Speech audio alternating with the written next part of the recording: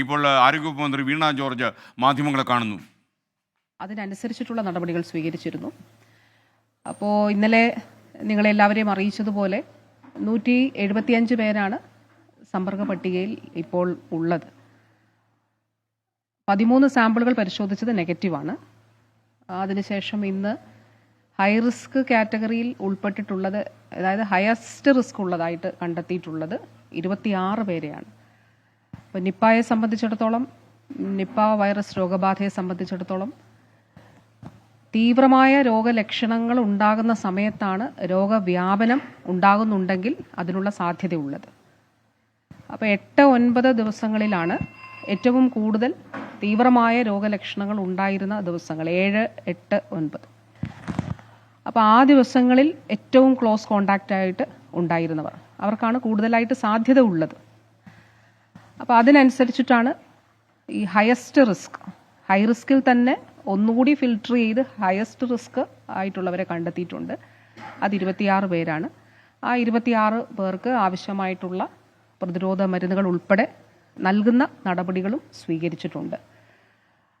ഇതുമായി ബന്ധപ്പെട്ട് ഇതിനോടകം തന്നെ പറഞ്ഞിട്ടുള്ളതുപോലെ പൊതുജനാരോഗ്യ പ്രവർത്തനങ്ങളുടെ ഭാഗമായി ഫീൽഡിൽ മെഡിക്കൽ ഓഫീസർ ഉൾപ്പെടെ മറ്റ് പൊതുജനാരോഗ്യ പ്രവർത്തകർ ഉൾപ്പെടെ ആശമാർ വരെ അവർ നടത്തിയൊരു ഇടപെടലിൻ്റെയൊക്കെ ഭാഗമായി അന്ന് തന്നെ 8-ാം തീയതി തന്നെ അവിടെ ഫീവർ സർവേ നടത്തിയിരുന്നു.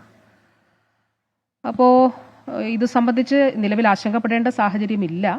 ഒരു രോഗവ്യാപനമില്ല എന്നുള്ളത് ഉറപ്പാക്കുന്നതിന് വേണ്ടിയിട്ടാണ് നമ്മൾ ശ്രമിക്കുന്നത്. രണ്ടാമതൊരാൾക്ക് രോഗമുണ്ടോ, ഉണ്ടെങ്കിൽ അത് നമുക്ക് കണ്ടെത്തേണ്ടതായിട്ടുണ്ട്. രോഗവ്യാപനം തടയേണ്ടതായിട്ടുണ്ട്. അപ്പോൾ അതിനു വേണ്ടിയിട്ടുള്ള പരിശ്രമമാണ് ഇപ്പോൾ ആരോഗ്യ വകുപ്പ് നടത്തുന്നത്.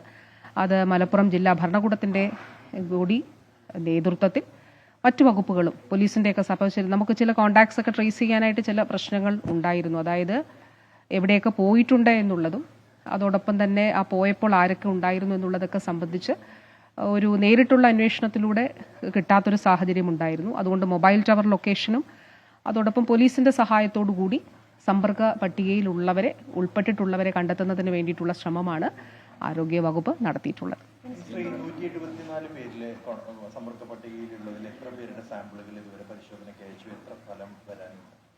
നമുക്ക് ഇന്നലെ പരിശോധിച്ചത് 13 സാമ്പിളുകളാണ്. 13 സാമ്പിളുകളും നെഗറ്റീവാണ്. അപ്പോൾ നമ്മൾ ഇതിൽ പരിശോധിക്കുന്നത് 2-3 കാര്യങ്ങൾ ഇതിൻ്റെ ഭാഗമായിട്ടുണ്ട്. ഒന്ന്, ഈ സമ്പർക്ക പട്ടികയിലുള്ള ഹൈ റിസ്ക് ആയിട്ടുള്ളവരുടെ സാമ്പിളുകളാണ് നമ്മൾ എടുക്കുക. ഇനി സമ്പർക്ക പട്ടികയിലുള്ള ആർക്കെങ്കിലും, അതിൻ്റെ ഒരു സെക്കൻഡറി കോണ്ടാക്റ്റും ആകട്ടെ, സെക്കൻഡറി കോണ്ടാക്റ്റിൽ ഉള്ളവർക്കും രോഗലക്ഷണങ്ങൾ ഉണ്ടെങ്കിൽ എല്ലാവരുടെ സാമ്പിളും എടുക്കും. അപ്പോൾ ഹൈ റിസ്ക് ആയിട്ടുള്ളവരുടെ എല്ലാ സാമ്പിളുകൾ എടുക്കുക, രോഗലക്ഷണമുള്ളവരുടെ സാമ്പിളുകൾ എടുക്കുക എന്നുള്ള നിലയാണ്. അതാണ് നമ്മുടെ പ്രോട്ടോക്കോളിൻ്റെ ഭാഗമായിട്ട് നമ്മൾ സ്വീകരിച്ചു പോരുന്ന ഒരു രീതി. ഇന്നലെ 13 പേരുടെ സാമ്പിളുകളാണ് എടുത്തത്. അതിൽ ഹയസ്റ്റ് റിസ്ക് ഉള്ളവരുണ്ട്, ചിലർക്ക് ചെറിയ തൊണ്ടവേദന, പിന്നെ ഹൈ റിസ്ക് കോണ്ടാക്റ്റ് ആയിട്ടുള്ളവർക്ക് സ്വാഭാവികമായിട്ടുണ്ടാകുന്ന ഒരു ഭയവും ഉണ്ട്. അപ്പോൾ അതിൻ്റെ അടിസ്ഥാനത്തിൽ അസിംറ്റമാറ്റിക് ആയിട്ടുള്ളവരും ഈ 13 പേരുടെ ലിസ്റ്റിൽ ഉൾപ്പെട്ടിട്ടുണ്ട്. അപ്പോൾ അവരുടെ 13 പേരുടെയും സാമ്പിളുകൾ മഞ്ചേരി മെഡിക്കൽ കോളേജിലാണ് പരിശോധിച്ചത്. അത് നെഗറ്റീവായിട്ട് വന്നിട്ടുണ്ട്.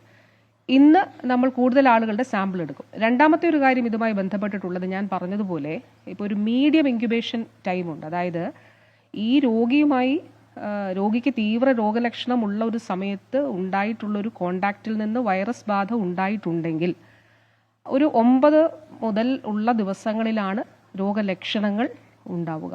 അതാണ് ഒരു മീഡിയം ഇൻക്യുബേഷൻ ടൈം. നമ്മുടെ ഒരു മുൻകാല അനുഭവത്തിൻ്റെ കൂടി അടിസ്ഥാനത്തിൽ 9-10 ദിവസങ്ങളിലൊക്കെയാണ് ഉണ്ടാവുക. അങ്ങനെയാണെങ്കിൽ ഇന്ന്, നാളെ, മറ്റന്നാളൊക്കെയാണ് ആ നിലയിൽ രോഗലക്ഷണങ്ങൾ ഉണ്ടാകാൻ സാധ്യതയുള്ളത്. രോഗമുണ്ടാകാനുള്ള സാധ്യത വളരെ കുറവാണ് എന്നുള്ളത് ആരോഗ്യ പ്രവർത്തകർ തന്നെ പറയുന്നുണ്ട്. ഇപ്പോൾ രോഗവ്യാപനം ഉണ്ടാകാനുള്ളൊരു ഹയസ്റ്റ്, ഏറ്റവും സാധ്യതയുള്ളൊരു സമയം അവർ ഐഡൻറ്റിഫൈ ചെയ്തിട്ടുണ്ട്. ആ സമയത്തുള്ള മുഴുവൻ ആളുകളെയും CCTV ദൃശ്യങ്ങളുടെ കൂടി സഹായത്തോടു കൂടി ഐഡൻറ്റിഫൈ ചെയ്ത് ഒരാളെ പോലും വിട്ടുപോയിട്ടില്ല എന്നുള്ളത് ഉറപ്പാക്കി അവരെ കണ്ടെത്തി അവർക്ക് ഈ പറഞ്ഞതുപോലെ പ്രതിരോധ മരുന്ന് നൽകുന്നതിന് വേണ്ടിയിട്ടുള്ള നടപടി സ്വീകരിച്ചിട്ടുണ്ട്. അതുകൊണ്ട് ആരോഗ്യവകുപ്പ് ജാഗ്രതയോടെയുള്ള പ്രവർത്തനമാണ് നടത്തുന്നത്. ഈ ദിവസങ്ങളിൽ ആർക്കെങ്കിലും രോഗലക്ഷണങ്ങൾ ഉണ്ടെങ്കിൽ രോഗലക്ഷണമുള്ള മുഴുവൻ ആളുകളുടെയും സാമ്പിളുകൾ പരിശോധിക്കും. അപ്പോൾ അതിനു വേണ്ടിയിട്ടുള്ള എല്ലാ സൗകര്യങ്ങളും നമ്മൾ ഏർപ്പെടുത്തിയിട്ടുണ്ട്. ഇതിൽ ഇപ്പോൾ ഈ യുവാവ് മറ്റൊരു സംസ്ഥാനത്ത് ബാംഗ്ലൂരിൽ പഠിക്കുന്നത് കൊണ്ട് സ്വാഭാവികമായിട്ടും കർണാടക സർക്കാരുമായിട്ട് അവിടുത്തെ ആരോഗ്യ വകുപ്പുമായിട്ടും ആരോഗ്യ പ്രവർത്തകരുമായിട്ടും ഡയറക്ടർ തലത്തിലുള്ള അവർ ആശയവിനിമയം നടത്തിയിരുന്നു. അതുപോലെ കേന്ദ്രത്തിൻ്റേതായിട്ട് രണ്ട് സംസ്ഥാനങ്ങളിലെയും ആരോഗ്യ പ്രവർത്തകരെ ഉൾപ്പെടുത്തിക്കൊണ്ടുള്ള ഒരു മീറ്റിങ്ങും നടത്തിയിരുന്നു. കാരണം അവിടെ പഠിക്കുന്ന വിദ്യാർത്ഥി ആയതുകൊണ്ട് ആ നിലയിലുള്ളൊരു മീറ്റിംഗ് നടത്തിയിരുന്നു. അപ്പോൾ അവരുമായിട്ട് കൂടി കർണാടക സ്റ്റേറ്റുമായിട്ട് കൂടി അവരുടെ ആരോഗ്യ വകുപ്പുമായിട്ട് കൂടി സഹകരിച്ചുകൊണ്ട് ആദ്യം നമുക്ക് ആ ഇൻസ്റ്റിറ്റ്യൂട്ട് ലൊക്കേറ്റ് ചെയ്യുക, അവിടെ ആരൊക്കെയുണ്ട്, ക്ലോസ് ഫ്രണ്ട്സ് ആരൊക്കെയുണ്ട്, കാരണം ആ ഒരു ഹിസ്റ്ററി കൂടി നമുക്ക് ട്രേസ് ചെയ്യണമല്ലോ. 21 ദിവസമാണ് ഇൻക്യുബേഷൻ പീരീഡ്. ആരോഗ്യവകുപ്പ് വീണ ജോർജ് ഡൽഹിയിൽ മാധ്യമപ്രവർത്തകരെ കാണുകയായിരുന്നു. വിശദാംശങ്ങൾ പ്രേക്ഷകർ കിട്ടിക്കാണുമെന്ന് ഞാൻ വിശ്വസിക്കുന്നു.